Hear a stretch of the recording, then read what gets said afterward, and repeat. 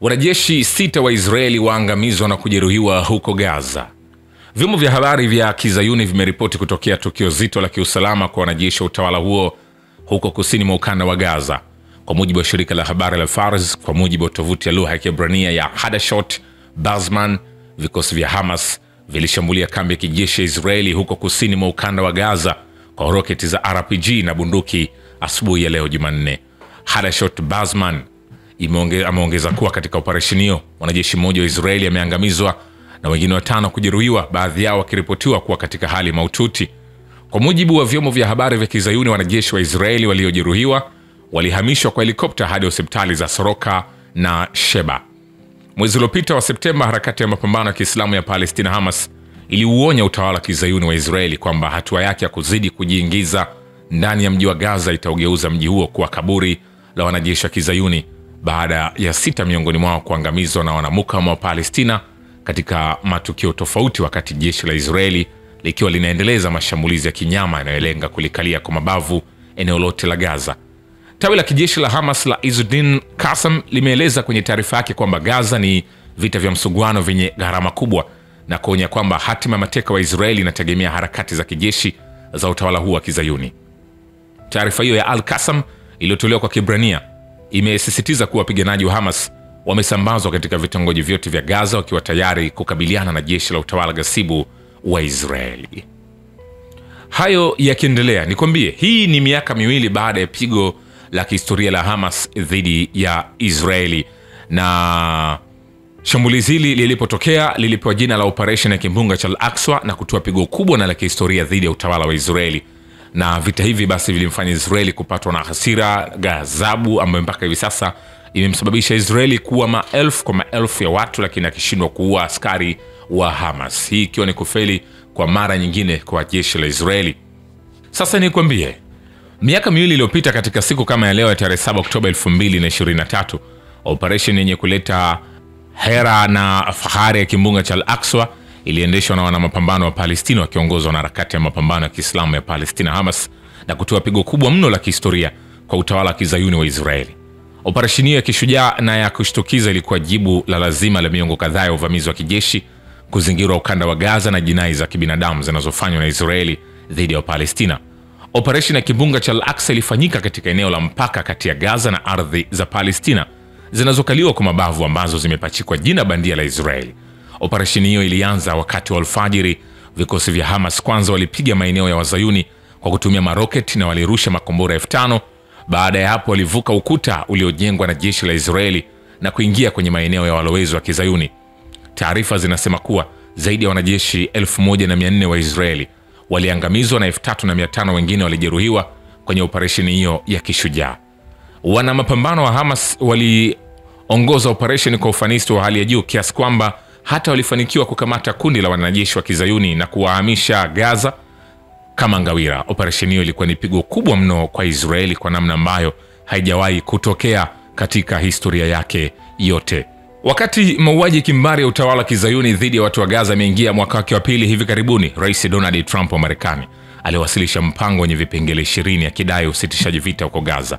Mpango wa Rais wa Marekani Donald Trump wenye vipengele 20 wa kumaliza vita huko Gaza umeafikiwa kwa masharti harakati ya mukawama wa Kiislamu ya Palestina Hamas, kusitishwa kwa mapigano na kubadilishana wafungwa, kuondolewa kwa Israeli kutoka Gaza, ujenzi mpya wa Gaza, kuundwa kwa serikali ya mpito na kuwapokonya silaha Hamas ni miongoni mwa vipengele muhimu vya mpango wa Trump kuhusu Gaza.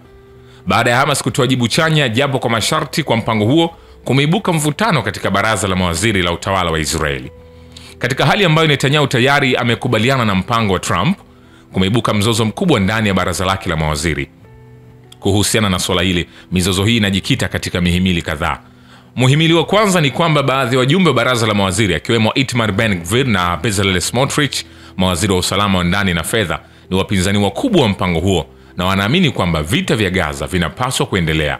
Kwa maneno mengine ni kuwa mawaziri hao wanaendelea kusisitiza juu ya pendekezo la uongo kwamba inawezekana kuwakomboa wafungwa wa Kizayuni kwa njia ya vita na kwamba hakuna haja ya kuwepo makubaliano ya kisiasa na Hamas. Wanaona makubaliano haya kama mafanikio ya kisiasa kwa Hamas.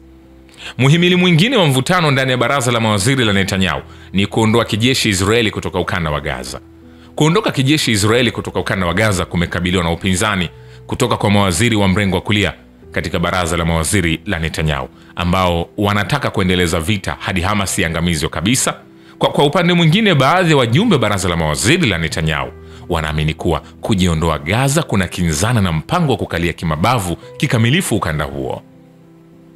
Kwa muktadha huo, wanapinga sio tu kujiondoa katika Gaza, bali pia mpango wa kuunda serikali ya mpito katika ukanda huo, kwa sababu Hamas, kwa kujibu mpango huo wa Trump, ilitangaza kuwa taifa huru la Palestina linapaswa kuundwa huko Gaza. Kwa hakika, ijapokuwa Hamas haijapinga kwa uwazi usimamizi wa kimataifa wa utawala wa Gaza, imesisitiza haja ya kuundwa kwa taifa huru la Palestina. Tofauti hizi za kimtazamo katika baraza la mawaziri la Netanyahu zimefichuliwa katika kauli za maafisa wao. Msemaji wa baraza la mawaziri la Israeli alisema kwenye taarifa yake kwamba hakuna kitu kinachoitwa kusitishwa vita huko Gaza, na kwamba ni kusimamishwa kwa muda kwa mashambulizi na mashambulio ya mabomu.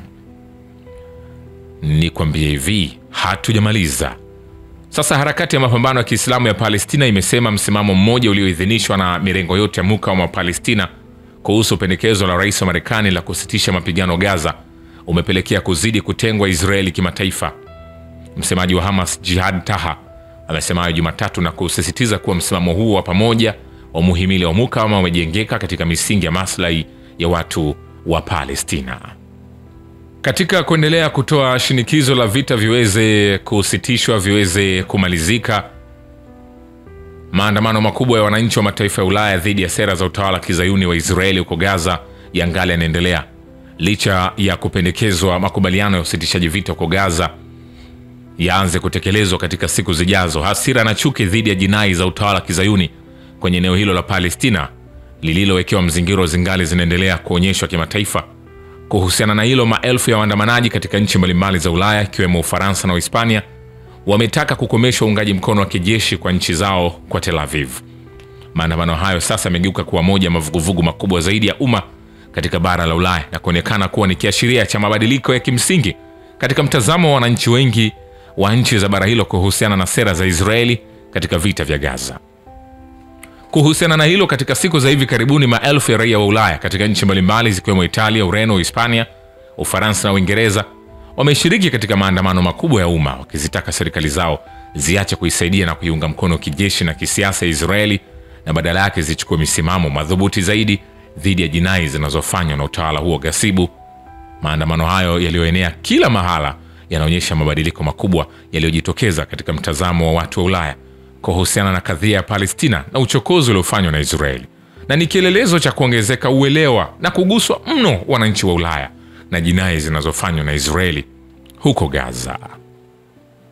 Shukran kwa Babu ya Kivita na Historia ya Dunia. Mimi ni Richard Shio, The Rich Voice. Ni follow Instagram na TikTok kama Rich Voice Official. Asante.